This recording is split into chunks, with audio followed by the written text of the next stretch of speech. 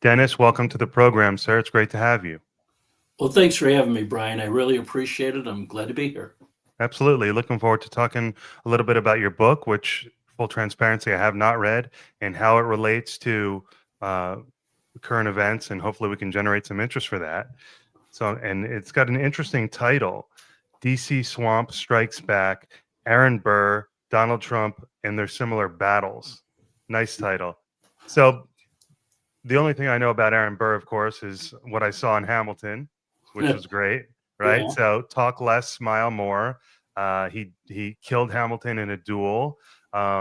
He's this figure who is afraid to take a side, and he's a real politician, right? He's kind of ambiguous, and he would rather live to fight another day than take a hard stand. That's the vibe you get of him. Is that an accurate portrayal of him?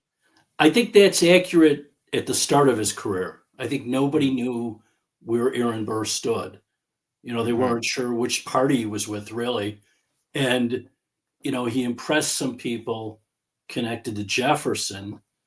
Jefferson ran the first time he ran against Adams, then he ran again against Adams the second time and won. But uh, the Aaron Burr himself was in the legislature. He made a great speech on the Jay Treaty, and some people noticed that and said, "Hey, this guy's pretty bright. Why don't we see if we can bring him in and see if he can be vice president?" Jefferson, surprisingly, for the work he did in building the country, was kind of apathetic on who his vice president should be. He wasn't that, deeply into it. Burr was much better with the political maneuvers. And after that first election, Adams beat Jefferson, but because our system back then, if the opposing party president got more votes than the vice presidential candidate, that person became VP. So Right. Jefferson served 4 years as VP. During that time, Burr, who was from New York, like Trump, went back to New York. He worked on electing legislators there because the electoral votes then weren't based on the popular vote. They were based on what does your state legislature say? So you wanted to elect those guys. So he elected people that were going to be loyal to him and Jefferson. It worked because in the next election, Jefferson won with Burr as his VP. New York switched sides basically. And at that time, Burr still not much was known about him, but he quickly built up enemies, much like Trump when he went to Washington. Burr and Jefferson in that election tied. And again, another problem with the way the system was, they then had they broke the tie in Congress. So Congress gets to vote on it, which sounds like an insane way of deciding who should be president, the guy that ran for it or the guy that ran as vice president. But that's what they did. Jefferson won because he made some deals with the opposing party to give them some favors and so forth. Burr, for his part, went back to New York and waited it out. But he only served one term with Jefferson. He was dumped the next time. And part of that was the duel that you mentioned. He was Hmm. vice president. And Oh, wow. Okay. Interesting. yeah, and the duel, it's been disputed who did Hamilton shoot. I know the musical says, Hamilton shot in the air. There's reports that he shot into a tree on purpose and that was the honorable thing to do. But, the stuff, research I saw and that others have seen, there's no real proof of that except after the fact, people creating history. They Proof tell you of proof of the fact that Hamilton shot into a tree? that well, not that he did it on purpose to avoid, he may have shot Right. into a tree because maybe he wasn't a good shot. Right. That it was Although, on purpose, right? yeah, if you're not a good shot, I think it's a good hint. Don't say let's duel. Yeah, Maybe pick something seriously. else. You know, Gosh, so crazy to think that that's how men handled business back in the day. Could you imagine that now? No, Like, man, we're in a far different place. yes, we are. But I think unfortunately, if we did it now, you'd have people dueling all over the place. It Right. wouldn't be. There's a South Park, not that it's referencing duels, but there's a funny South Park episode where about gun control, and it's like, well, either they're going to have gun control or everyone's going to have guns, and if everyone has guns, then everyone's just shooting each other. So maybe there's merit to that. So I don't know. no, I don't think so. I don't think so. So why Burr? I assume you talk about several other founding figures in the book, but why is Yes. Burr? Why is Burr a focal point? Burr became a focal point. A friend of mine who's actually a Democrat Party consultant. He does congressional races, governor races. He's a bright guy, and he Mm, wrote a book about Aaron Burr, and he gave me a copy at my office and said, "Hey, here's my book." I was surprised he wrote one, just as people are surprised I wrote one. right. And I read it. About 3 weeks later, he came back. He said, "What do you think?" And I said, "Great book. A lot of stuff I didn't know about Aaron Burr, but," and whenever someone says "but," you have to wait. Mm-hmm. I was saying you missed the story. At this time, Mm, Trump hadn't yet been elected in 2024. It mm-hmm. was ongoing, so I wasn't sure where it was going to end up. I thought Trump was going to win, but I said the way Burr was treated is the same way that Trump has been treated. Now, because he's a Democrat consultant, he looked at me like, Democrats and Republicans look at each other a lot. Right. Thought I was nuts. Yep. I said, well, I went through the things that happened. Burr was charged not only with murder for Hamilton, which Mm, he was acquitted for, but he was charged with treason twice. And he was dragged across the country after the case was dismissed so he could be charged again. I said there's a lot of similarities with Trump at that time being charged in 4 different jurisdictions.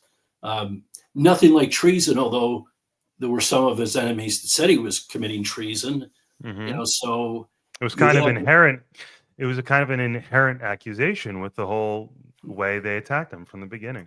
right, and it's a Putin's puppet. He's an Mm-hmm. agent of a foreign country, Yeah. and to this day there are people that think that. I've spoken to some people that are bright people, but they really believe that, and that might be an indictment of all of us once we get something in our heads. Right. It's Well, I mean, really not trying to be funny or provocative, but they call it TDS, right? yeah, They call it TDS. I mean, and there's Trump is a controversial guy. I mean, I'm not going to say just because I've become a supporter and for various reasons, but I acknowledge he's controversial figure, and so I can understand why people are uncomfortable with him. But it's not how I see him for sure. no, but I think I agree. It's almost like he likes the controversy, he likes the battles, the fights. Absolutely, it's a parasitic thing. Right. And as I read about Burr, I saw Trump and Burr and vice versa. Burr was a bit of a fighter too. Now, he had the media against him. Back then you had what was called the party press era. A lot of the political party, ownership of newspapers. For instance, Alexander Hamilton started the New York Post, still around.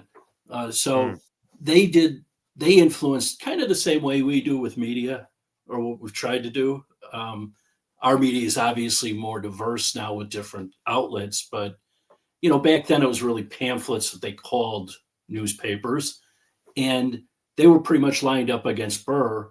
Now his fighting technique is different than Trump's, I think, mm. because Trump's able to go, on social media. We didn't have that Yeah. then. Trump goes right to the camera. He'd leave court, and stand there in front of the cameras and say why the judge is, Hmm. biased or crooked. Direct line. Burr instead, he was a lawyer, so he put his faith in the legal system. He went through the legal system, and even though his reputation was ruined, he still went through all those parts to win in court. Where Trump didn't want to take that chance, right?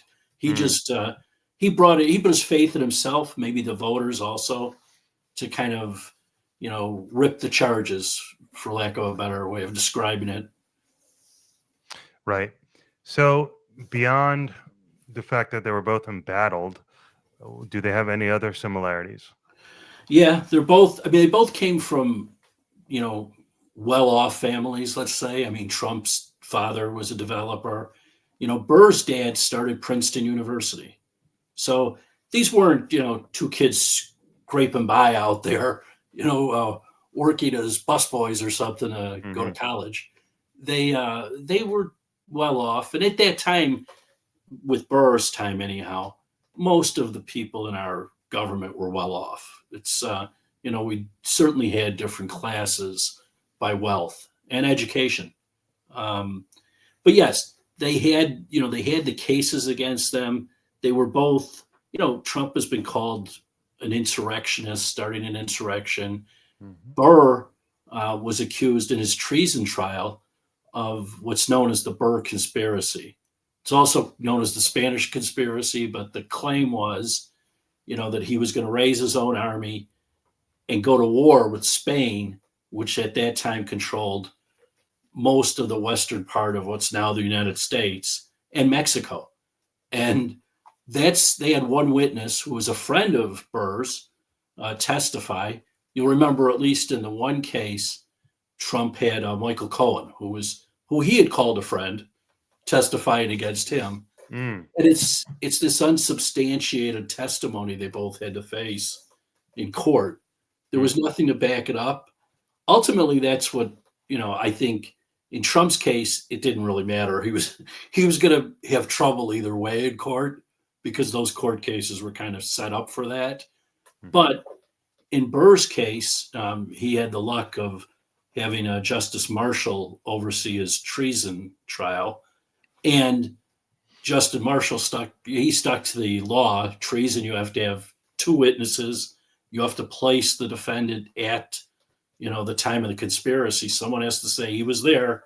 We discussed this, and then you have to have a furtherance in an acted furtherance of treason. And when they couldn't prove that, the justice found him not guilty, actually. But So, the, his life was ruined. so the treason accusation was all about the fact that he was going to allegedly raise an army and fight the Spanish. Okay, interesting. And so let's assume for a second that he really did want to do that. Why would that? For just westward expansion? For Well, they claimed that he wanted to be a dictator, a king, his enemies, where you get some of these things. Well, we have today, yeah, you know, amazing. right. And he always denied it, and I think Trump has denied that too, that, I don't want to be king. I think Trump Right, once said, oh, I wouldn't mind being dictator for a day, but it's right, more of that Trump way of sure. joking. And but yeah, Burr denied that he ever had that intention. He claimed if they were going to do anything, it would be, for the United States. The witness against him, um, Wilkinson, Colonel Wilkinson, was a friend who he had gotten put into the post. He was in Louisiana, and Wilkinson had two different stories. At one time, he said the plan was to go and start the war, and then the United States would jump in and help them because Mm, they want the territory. And then at another time, he said, no, it was all Burr who was planning to go to war and put himself in as the ruler. wow, So, that's very interesting. Either way, we're talking about, hey, we got to expand, and the question is, am I doing it for myself or am I doing it for the country? Wow, yeah. interesting.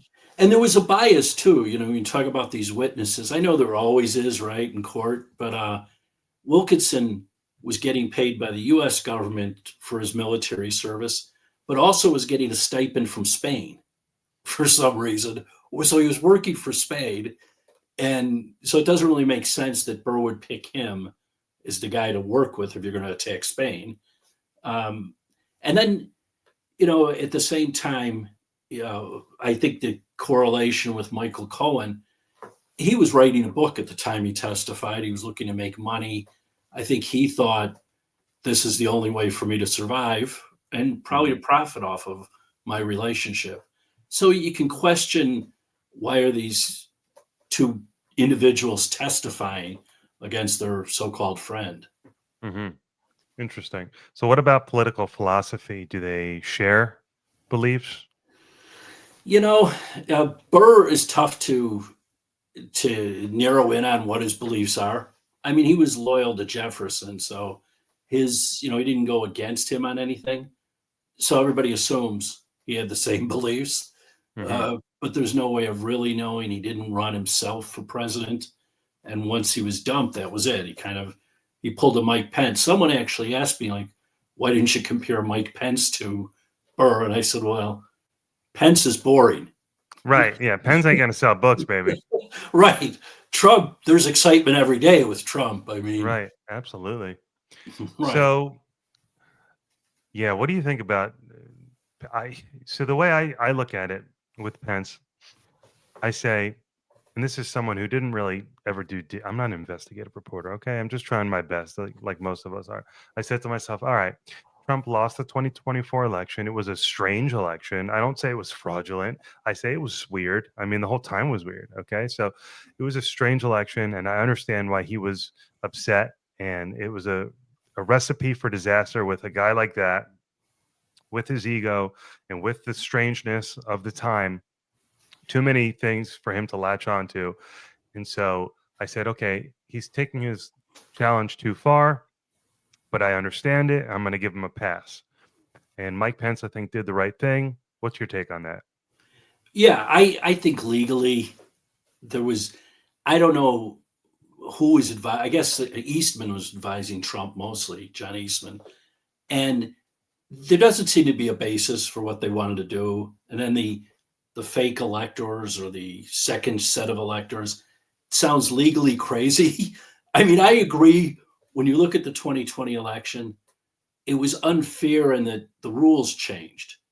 And I think Right.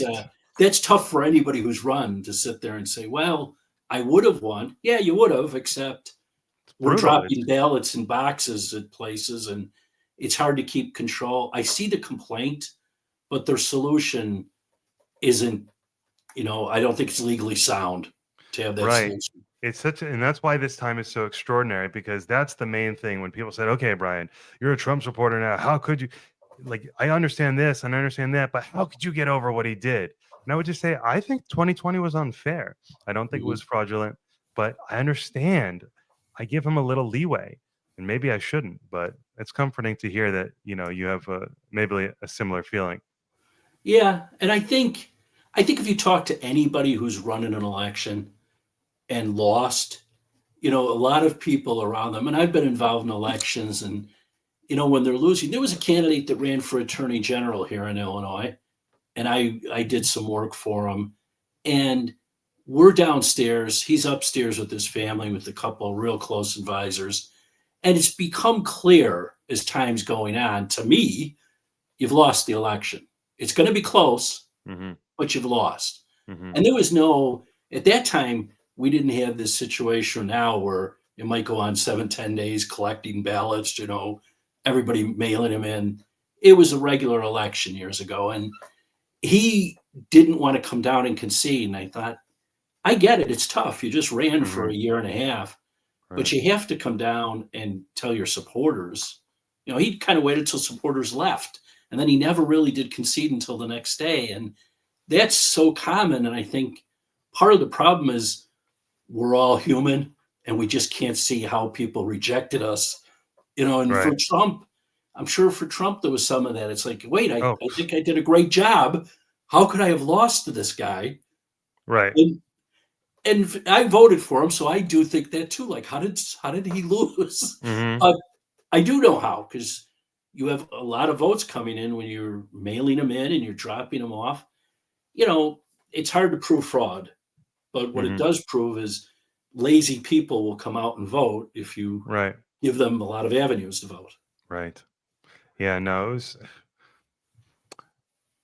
I wasn't yet a Trump supporter. Well, let me say it this way. When people said, "How could he have won?" I said, "What do you mean? I voted for him. I know." So to me, it was obvious. Like, of course, like people just weren't ready. Like people like me weren't ready to make that transition yet for whatever reason. It just Yeah, wasn't ready. But for some reason, maybe it was Biden's performance. Maybe it was his deterioration. Maybe it was his vice president, all of that combined, and the lack of and his decision to run again when he said he wouldn't initially, yeah. all of that put together, it just it's been an unbelievable time. It's a big political shift. How do you see this? You've been plugged into politics for a while. Yeah, I think you've hit on something there because, like with Trump, it's funny that a lot of people who really dislike him, and some to their credit or fault, whatever you want to call it, have disliked him since the day he came down the escalator, maybe Hmm. before, Hmm. right? And they've kept that dislike or hatred or, you know, the syndrome, whatever it is, Hmm. that makes them say they'll never vote. They're never Trumpers in a way. Hmm. They're never going to vote for him. And it doesn't matter what he does. You know, you can have peace deals, you can have a better economy. It doesn't matter. They're not voting for him. In their minds, they believe he's the worst guy possible. Now, Biden, after winning, I think a lot of people who were probably Trump people were, well, Biden, we kind of know he's been around forever. He's Right. not as scary as other people that were running, Hmm. and they kind of Right. they cleared that out for Biden to win. He did. And you thought, well, worst case scenario, he's going to be Joe Biden, but he wasn't. His Right. Exactly. administration was more AOC than Joe Hmm. Biden. I think the middle, I grew up as a Democrat. My father was a precinct captain in Cook County. So you don't get many more Democratic, principles than what Cook County once was under Mayor Mm. Daley and, the machine and so forth. That, party's gone. It's long gone. And I think a lot of people, especially with the Biden years, have moved away. I think they've moved saying, you know, when you get Robert F. Kennedy Jr. endorsing the Republican candidate, that's like royalty Right. denouncing their own country, right? It's like, I'm Right. out of here. Right. And part of it, I think, is how he was treated or how he thought he was treated. But also, I think part of it is the party's even moved too far to the left for him, and he's pretty far to the left. I don't, Right. you know, I Right.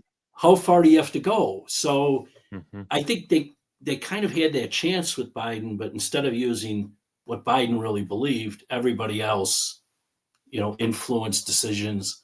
I don't know if he made any, but it seemed more AOC and Bernie Sanders than Joe Biden.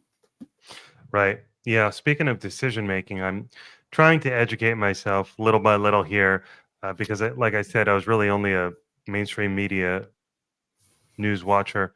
Um, so I've been reading the news for years now and all that, but um, I've yet to really go back and read books on, hey, Obama's presidency, and so I'm reading Never Enough Already by Scott Horton, where it's going through. I don't know if you've read that, but taking you through all of our wars in Iraq and Afghanistan and Syria, Libya, all of that war against terror, so to speak. And I was in a chapter the other day where basically the idea here is it was a group decision. It was 51-49, and it was Obama and his group of people to go into Libya, I believe it was. And so it just made me think about the decision making process. And when you said that, one of the things we like, of course, about Trump is that he seems to be a real decisive guy. I mean, certainly he's not going to be making decisions in a vacuum, but what a contrast he cuts. Yeah, I think so. And, that was the benefit for Trump. Because I have to tell you, after the 2020 election and everything that happened, I thought, and he pretty much announced almost right away he was running. And Hmm. I thought, there's no way he's going to get back in. I didn't know Yeah. who would. I mean, I thought a Republican would win in the primary, honestly. But then quickly that went away in Iowa. You know, I mentioned in the book it's a little funny thing people forget. But in that race, Trump took first, DeSantis took second, Nikki Haley took third, and she announced that night it's a two-person race. It Hmm. stayed in the race. It's like, wait, you took third. It doesn't Right. it doesn't make sense. DeSantis, to his credit, saw the writing on the wall and dropped out and said this isn't going to happen. I think at that point that's when I actually saw, wow, he is going to win the primaries. He's going to Hmm. get the nomination, Right. and you start wondering how's that going to go. Um, you know, I don't know if it would have mattered if Biden was able or not. I think a lot of people were rejecting the 4 years and saying, Yeah. well, yeah, Right. it was better. the 4 years before, even if you were a guy that didn't like Trump, you had to say, boy, things were better. I'll admit that maybe. And I know friends that were Democrats who switched to Trump because they said, yeah, they started with, I don't like how he says things. I wish he wouldn't do that. But I like the results. I like the Hmm. policies. I'm like, well, that's a start. If you like the Right. policy, I mean, I've always thought the things he does, I always thought he was funny. When Absolutely. and it's, but maybe that's just sophomoric of me because I always sit No, he's hilarious. Well, it could be sophomoric of both of us. yeah, I was laughing at things when people were saying, how could you? It's like, every president doesn't have to be so serious. I Right. mean, as long as they get it done. And, Right. I think he does get it done. I think you're right. The decisiveness is refreshing. I Hmm. mean, sometimes it's held against him because he does make these claims. Hmm. I'll end the war in one day, or it's Right. like, well, I don't know if you can do that. Right. Nobody, But nobody pulls him back. yeah, but what boldness, what vision, what desire, passion. It's freaking awesome. And he's hilarious. I Yeah. mean, And when you look yeah. at things, just look at the Middle East, the deal he just pulled off. Now I know a lot of the detractors are saying, "Well, let's see how it goes." Well, that's every peace deal. Hmm. But let's give the man credit. There's people coming home who are alive. Some are dead. Their families get the at least end the nightmare. But that wasn't going to be done otherwise, and Right. he got in there and made the decision, threatening some countries, working with others to make Hmm. threats and Right. promises. And I think he's not given the credit when he does that stuff. And instead, people want to look at, well, you didn't end the Ukraine war. Well, I think he made a point of like Zelensky and Putin have been doing this for like 3 years, and you know they obviously don't want to. It's Right. not, how's he supposed to end it when these two apparently Yeah. don't want to, or they want to end it on their terms, which is not going to happen. Right. So, do you think you said before that Burr was kind of hard to nail down politically? Do you feel like Trump is easier to nail down politically, or is he kind of a moving target? He's moved a lot from when he started, right, 2015. I looked at him like this is a Democrat who has decided to hijack the Republican Party Right. because a lot of his views weren't, really formed yet, or they were Hmm. opposite. And when he came over to the Republican Party, I think he did it, you know, looking strategy wise at, hey, there's 15 guys up there. I'm Donald Trump. Everybody knows me. I Hmm. have a shot here. Where Hmm. if I'm in the Democratic primary, they're giving that to Hillary. She's going to win. It's kind of Hmm. ordained. Right. And as slowly, I think he's moved the Republican Party more towards what the old Democrat Party was, more for the working guy, middle class. Um, where the Republican Party, I think, could have been accused prior to Trump of being more of a country club, for the rich and famous. That's kind of switched. He's a lot of the ultra rich are now Democrats, and the you know working guy is slowly moving towards Republican voting. Which is the most ironic, unbelievable thing ever, right? Yeah, Considering Donald Trump. I mean, yeah. who could think that the guy who pees in golden toilets and is Mr. Country Club, his own clubs, how could this be? People can't wrap their minds around it. It's almost hard to believe. But It is, but maybe it's like some politicians, and that's what he is now. He may not call himself a politician, but you're now yeah. president twice. You're a politician. They have that knack of bringing people to them, and making them Hmm. think, yes, I was always with you. Of Right. course he wasn't, but and I think he does listen to people. I think the great story when he was in Nevada and some waitress, he asked her, what should he do? Which is funny that he'll talk to anybody and ask Yeah, them, so it's so endearing. isn't it? I mean, I think that really connects to people. And she gave him the idea of no tax on tips, which I think is Hmm. I've always thought of tips as a gift. My mother was a waitress for years. And I always thought, like, when they put that tax stuff on there, it's like, why are we taxing a gift you gave somebody? But, you know, they were treating it, taxable income. And, now how much that affects waitresses or waiters, I'm not sure, but it's a great campaign issue, Oh yeah, and what a campaign he ran. Oh my, don't even me started, right? With yeah, the no tax on tips, the slogans and the costumes, the garbage man, the McDonald's fry guy. I right. mean, it was extraordinary. And then you take these rallies, it's, Hmm. he can stand there. I have to tell you, I don't know that you know, if the Beatles were all alive and came back, I'm not sure I'd stay there for 3.5 hours. Right, Especially if they were just talking. I'm certainly right, not going to be right. there. How do you keep crowds or even get them there? Yeah. I think part of it is they find him to be entertaining. He's like part Well, his entertainer. talent is astronomical. And I was thinking the other day, his talent, but his power, his psychological power, his will, right, is so strong. And he's the president twice now. And so it's like he's like this indomitable force. Like he can make or break you. So what it's hard to imagine being Donald. Like, remember the movie Being John Malkovich? Yes. Yeah. Imagine being Donald Trump, right? Yeah. This guy with all this going for him, all this power, all this ability, the man of the moment. It's insane. You might have just given him an idea for, like, how he did The Apprentice. That's kind of a, being one of Donald Trump's people. Yeah, Yeah, you could be Donald Trump for a day, or how they do, right. principal for a day in schools. We could spin this off into a whole business and whole economy. Disney Right. World, board games, video AR, what do you call it? Augmented reality. Yeah. He'd love that stuff, I think. You Yeah, know, um, we'll do it because together. Don't worry. I do think people look at it and say, yes, what, and that's the amazing part, even from when he started. Like, when he ran for president, I didn't think it was a joke. I thought it was more of a stunt. Hmm. Like, I'm building up my name brand, my Yep. recognition.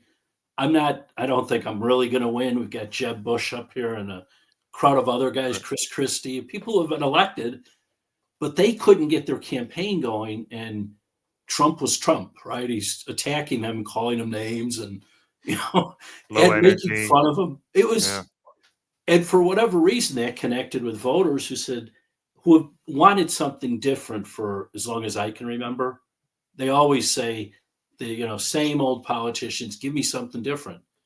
You've got something really different here. And he may never come again. I mean, it's just, he's like one of a kind. Yeah. And the question is he really transformative? Is he really delivering for the working class? Is he really different? Or another way to look at it is, are the policies that he believes in, if we can even nail them down, conservative, libertarian, mostly, I would say, right? But the big question really always comes back to, what is the best political philosophy for this country? And that's what my podcast used to be called, Searching for Political Identity. It was all about the transformation, whatever. And I'm still, though I've rebranded, I'm still very much interested in that question. So, what is the best set of policies for this country? And do you think he's mostly pursuing them? I think he is. I think the one thing, and I have no inside information to know if this is true, but I think the one issue that he has to really figure out, is what about the young people who have, almost lost faith in what the country is. Mm, You know, they get out of school, they have huge debt with loans, they don't get the job. And it's always been a case, you don't get the job you really thought you were going to get, or mhm, that you'd be successful out the door. But now it seems across the board, people have a difficult time, and they don't live the American dream. Where's the house? You know, mhm, you could buy a house or a condo, right. then you move up, and eventually you're in a decent place. And now they look at it and say, well, nobody will sell their house, and if they do, it's way too much money. And how do you do that for those younger people, mostly, who aren't participating in the American dream? And then Mhm, if they turn against it, that's where we end up with the socialist problem. The people like AOC who appeal to voters like that. I mean, we have In the city of Chicago, I think there's 8 or 9 avowed socialists in the council. There's only 50 members. It's an awful lot of socialists compared to when I Hmm. was growing up. Yeah. You hell, even 30 years ago, people denied they were liberals. It's like, what do you mean I'm not a Hmm. liberal, I'm a moderate. I'm a moderate. No, you're a liberal. Right. Right. There's a but now they proudly run around saying, yes, I'm a socialist. We have New York City, Mandami, Hmm. he's not denying that he calls himself a democratic socialist, Right. but that's socialism's in there. And I think that appeals to people who think, well, your capitalist way isn't working because where's mine? Where's my better job? Where's my house? No, that's it. And so what do we so I guess it's the difference between figuring out ways to incentivize home builders to build versus giving away free homes. Hmm. Yeah, and finding where do you build these homes at? Is there enough land that you're not encroaching in farmland and so forth? I did joke with some people that, well, where are all these illegal immigrants living? There's got to be housing somewhere Right. if they're gone, aren't there houses? But you know, I don't know if that's the case. I mean, they're living somewhere for sure, but are they single family homes? I don't know. Right. Didn't he during the campaign, the most recent one, have something about like golden cities or something or super cities or beautiful cities, Yeah, right? yeah. He wanted, I think it was federal land where they would sell Hmm. off federal land to develop these cities or new Hmm. cities, some kind of like Right. golden city. Yeah, yeah, yeah. And I think there was a lot of pushback on that. I don't know where that went.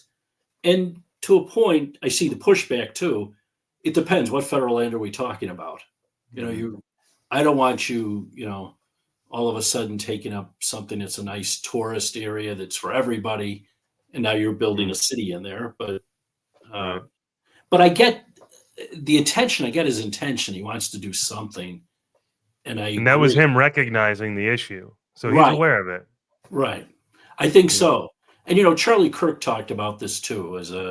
I think he called it the big moonshot that you have to do something because he was in touch with all these younger college Mm, age mm, and just out of college who would complain about the issues that they face. And I think for years that those of us that are older say, quit complaining. We all had it difficult. right. Right. We don't want to hear how it's tough on you. It was tough on us. And to some extent, yes, it was, but they may have it tougher when it comes down to that American dream to have a job that supports your Right. family, to get a house, keep your job, that stuff. Yeah, no, I mean, I've heard it nonstop throughout the years. Spent a lot of time on construction sites for my previous job. And man, these guys would always say, "Oh, when I was a framer in the 70s, I had my own place right away. Everything was, so just a whole different world." Right. That's Yeah. true. But I look at it too. I guess I always poo-pooed the idea because I thought when I went into law school, there were 35,000 attorneys in Illinois. 3 years later, when I'm getting out, there's 70,000. I'm like, holy cow, what happened? Mm, And what happened is all of a sudden I'm going to make less money. So there's right. always some of that, and you'd hear stories from old guys who would say, one guy told me, just go, move to a smaller town where there's no other lawyers except maybe one. Hmm. We all had these theories Sure. rather than I'll hire you, which is what I Right. wanted to hear. Yeah, It's do that for 5 years and then move back, and then we'll have another conversation. right. It's like, okay, I don't think that's going to work, but thanks. Yeah. So So, do you see any other parallels between what you wrote about in your book and today? yeah, I think I think the fact the media, when we look back in Burr's time, we had this party press era, very biased. And if you follow the arc of the media, they've gone through their own, metamorphosis, but they've kind of come back to the party press era, right? We don't just have pamphlets; we have media outlets everywhere. Where cable news, but even what they call the legacy news, I call more like the Dem media. You have such connections between like the Obama administration and the Clintons, to the leadership of these networks, Mhm. and reporters, or I wouldn't call, like, George Stephanopoulos isn't really a reporter, but he influences the news by having Good Morning America, the Sunday morning news show. People that watch it don't know what his background is for the most part. They watch that and think this is a guy that's being fair. But if you go in any depth with the guy, you realize he's a Democrat and basically a consultant, and he was good at that, Mm. but he's not a news guy. And we have a real problem with the media now, whether it's print or broadcast. And when I've brought this up to other people, some point out, well, conservatives have radio, there's podcasts, and that's true. But Mhm. some of those things were developed because of this bias Absolutely. that's been ingrained in people looking for a voice elsewhere. And I don't know, I don't know if that's going to change. I see where there's a question of CNN could be sold. I guess Discovery Mhm. owns CNN, and the Ellisons, who just bought Paramount and Showtime, are now negotiating to buy Discovery, which would give them CNN and Mm. CBS. Wow. And they're considered conservative. Now, whether they influence the news, I don't know. I'd like to see CNN go back to what they had, years ago. You turned on when something happened, whatever, a tragedy, whether it's 9/11 or other things, you turned on CNN. Yep. That was the go-to Yep. because they were going to give you the straight news. Yep. Now, very few people turn on CNN at all, Mhm.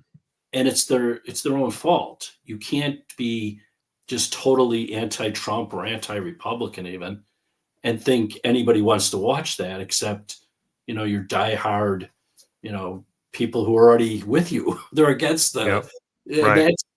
that's been a problem in the media. I think I'd like to see someone fix that. It's not just CNN. I guess I pick on them because they're all guilty to an extent. That's why you have people, jumping out with their own news, and Elon Musk saying X, when he bought it and kind of redid it, said we are the news. It's like, yeah, kind of, you Right. are. I mean, Yeah, no, you're right. I mean, there's been such a reaction to the clear, and I'm not even saying it's malicious, but it's the institutional bias of the mainstream media has created this ricochet. And radio, I'm less familiar with because it was kind of before my time, but podcasts, certainly I'm seeing, okay, yes, people are flocking to podcasts in droves.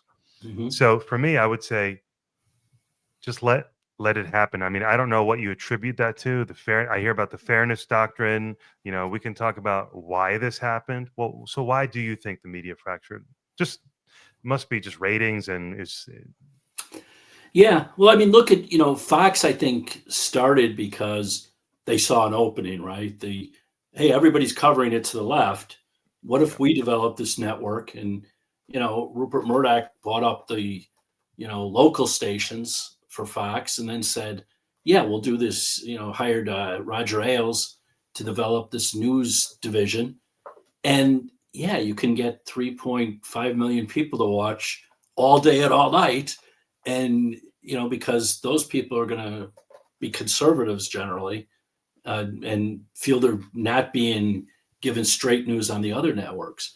I think the bigger problem, those are just the results of what happened. But, you know, years ago, there was, New York Times and Sullivan, the case with libel.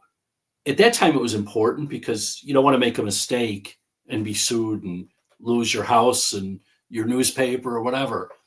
But there's a difference between honest mistakes and reporting like with no sources, uh, Mhm. or saying there's, an undisclosed source. And now they can pretty much say anything they want. There's been, Hmm. big cases. I mean, you had Dominion with Fox, but you also had CNN sued with the high school kid who, Yeah, you know, I Sandman, Nick Sandman. yeah, Nick Sandman, right? That's it. And you go down the line, everybody seems to be playing loose with the facts because they think, oh, you can't sue me. Well, now you can sue them, but if you took away this idea of you can say anything, and just say, well, we attribute it to a source. There's been too many times, you look at the Russian collusion issue with Trump, right? That story went on for what, 5 years, 6 years, Mm. and only recently did we realize it was all made up. And there was, Pulitzer prizes given out for that. There's still some people who think it's true. I had a conversation with someone who said it is true. They did influence. I'm like, man, the problem is you're watching whatever network or reading Mm. whatever paper, and the papers are just as bad. I get the Tribune delivered to my house. It used to be a real conservative paper. It's now real liberal. And you'll read a story. Some of them are out of the Associated Press. Some are local reporters. You don't have what used to be the 5 W's, the 1 H in a news story. But I can assure you, you will have the reporter's opinion in there, or Mhm. something that's, as they say, debunked. That, Mhm. Trump said that's been debunked. Who debunked it? When was that? It's it's very opinionated, and it's not labeled opinion.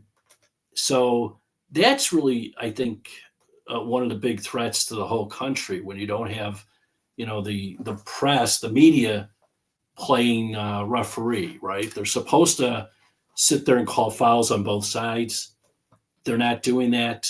They're basing it on whatever side they're on, to be Right. nice.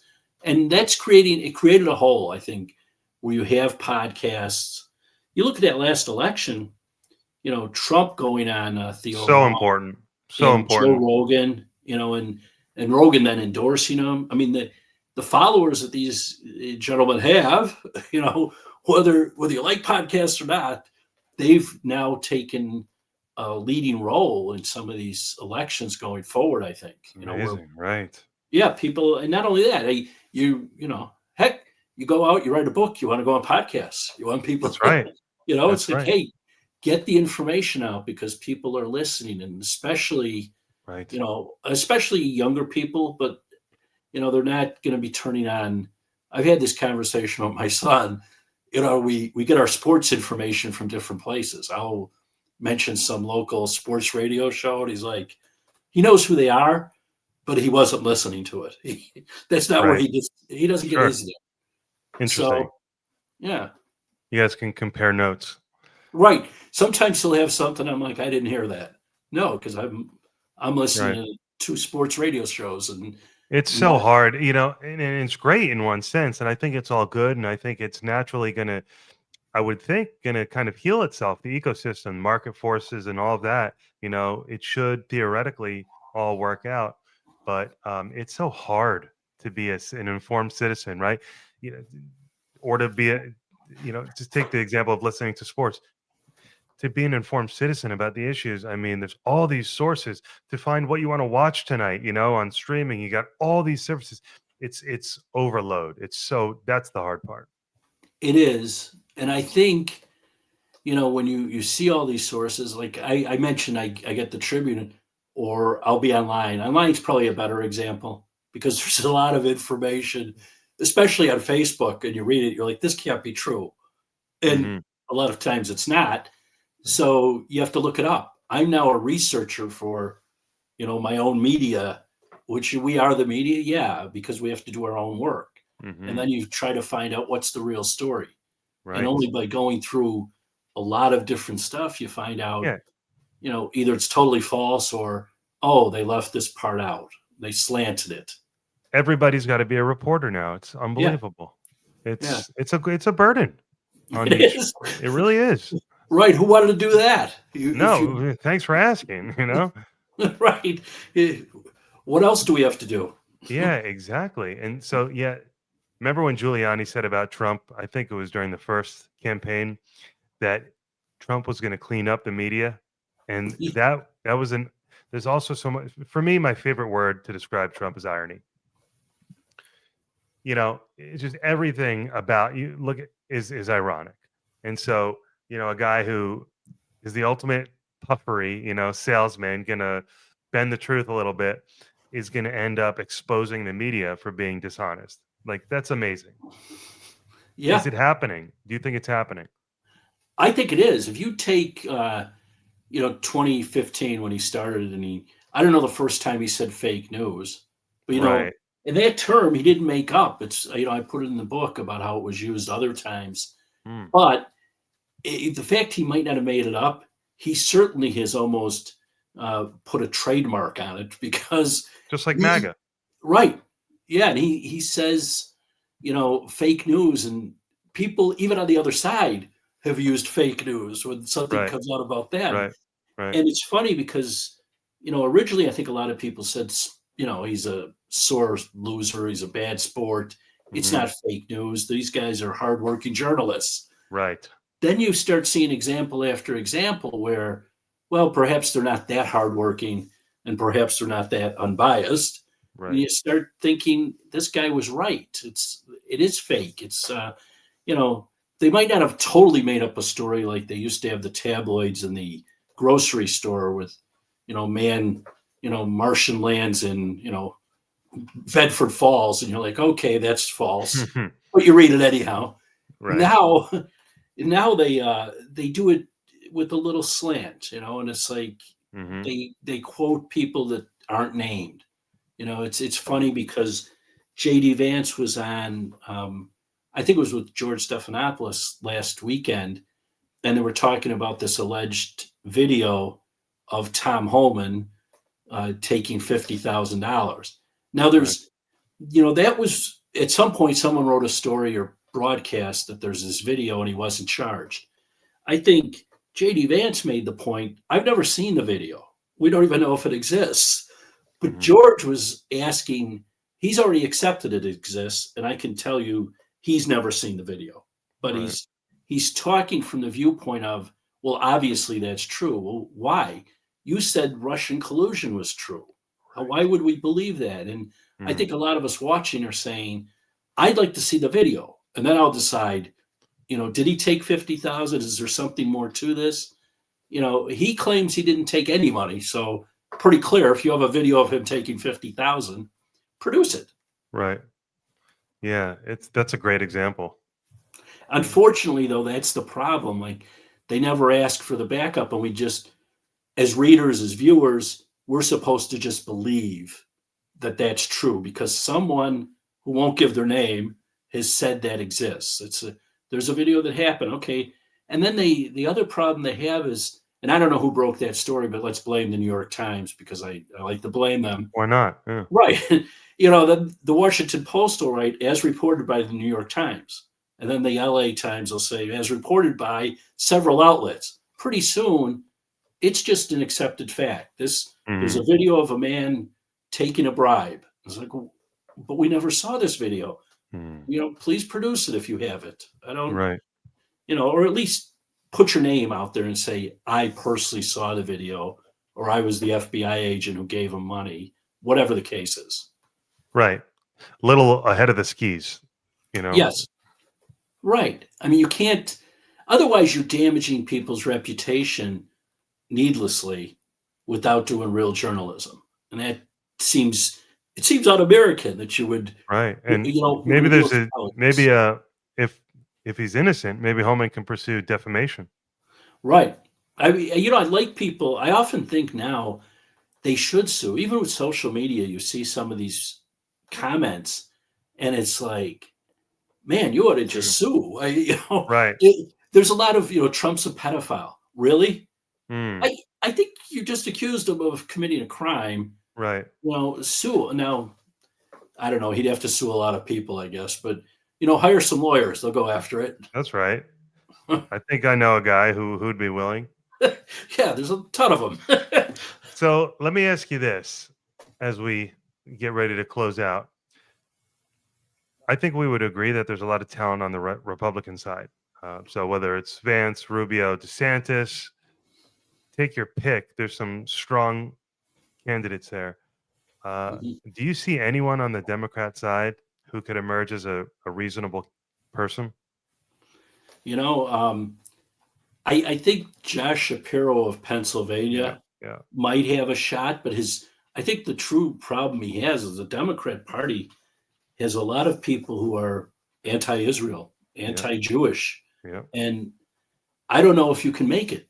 with that. Right. You know, unfortunate for him, that's a bad reason.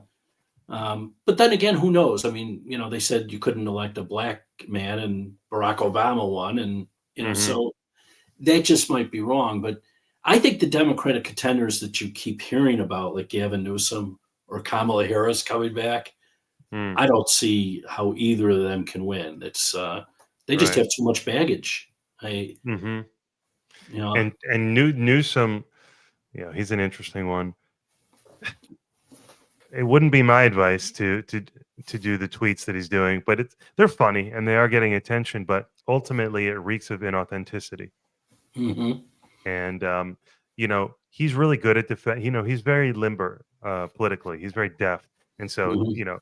he says all the right things. Oh, what do you do about? Why are you doing this? Oh, you're asking me about my tweets. Look at the president. It's like, okay, that's good, but are you really gaining ground with the American people at that point? Are you just digging this hole where you're just, s- you know, I Yeah, can see, I could forgive a guy for messing up during COVID.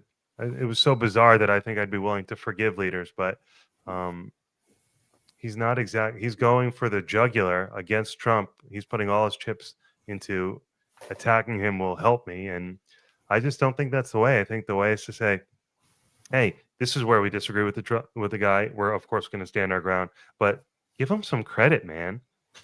right. I I think you know anyone.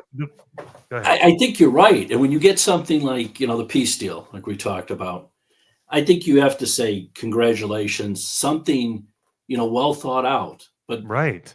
giving him credit for his part in it, he didn't do it alone. You don't have to say that, but you can't immediately jump to we'll see how that goes. It's not going to last, or Right.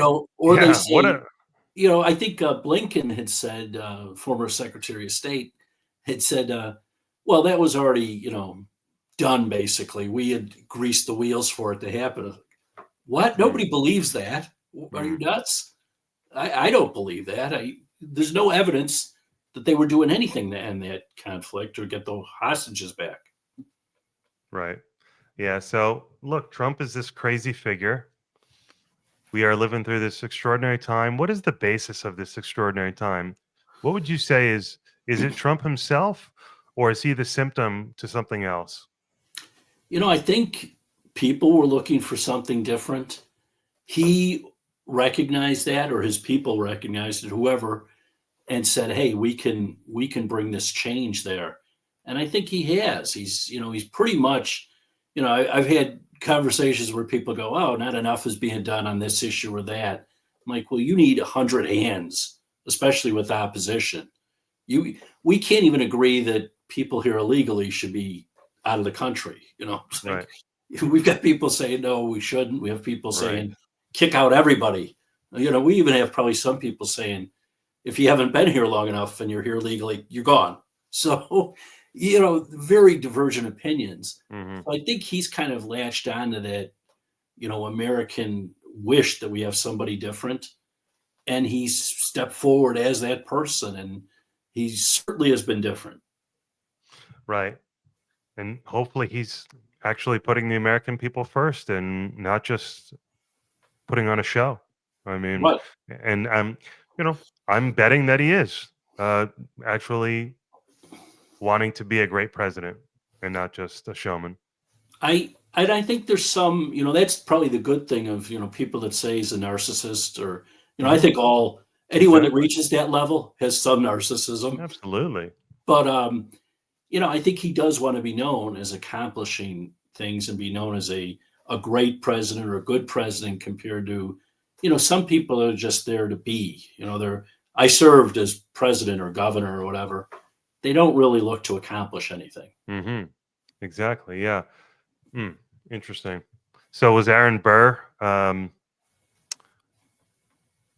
Was he? Did he have a massive ego? Was he a narcissist?